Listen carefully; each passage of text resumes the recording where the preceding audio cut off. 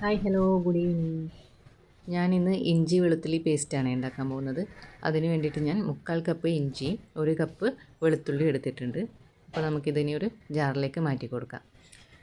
ഇതിൽ ഞാൻ ഓയിലോ അല്ലെങ്കിൽ വെള്ളമോ ഒന്നും യൂസ് ചെയ്യുന്നില്ല. ഇഞ്ചിയും വെളുത്തുള്ളിയും മാത്രം വെച്ചിട്ട് നമുക്ക് അരച്ചെടുക്കാം. നല്ല പേസ്റ്റ് രൂപത്തിൽ നമുക്ക് അരച്ചെടുക്കാൻ വേണ്ടിയിട്ട് പറ്റും.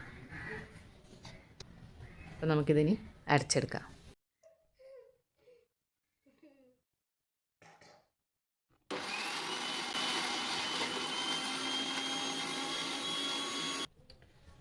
അപ്പോൾ അരക്കുന്നതിനിടയിൽ ഇതുപോലെ അരക്കുന്നത് നിർത്തിയിട്ട് ഒരു സ്പൂൺ വെച്ചിട്ട് ഇതൊക്കെ ഒന്ന് മിക്സ് ചെയ്ത് കൊടുക്കാൻ നോക്കുക.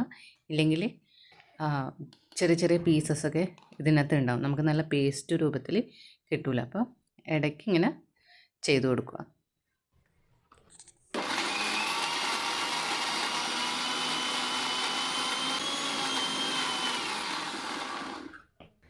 അപ്പോൾ ഇത് നമ്മുടെ ഇഞ്ചി വെളുത്തുള്ളി പേസ്റ്റ് റെഡി ആയിട്ടുണ്ട്.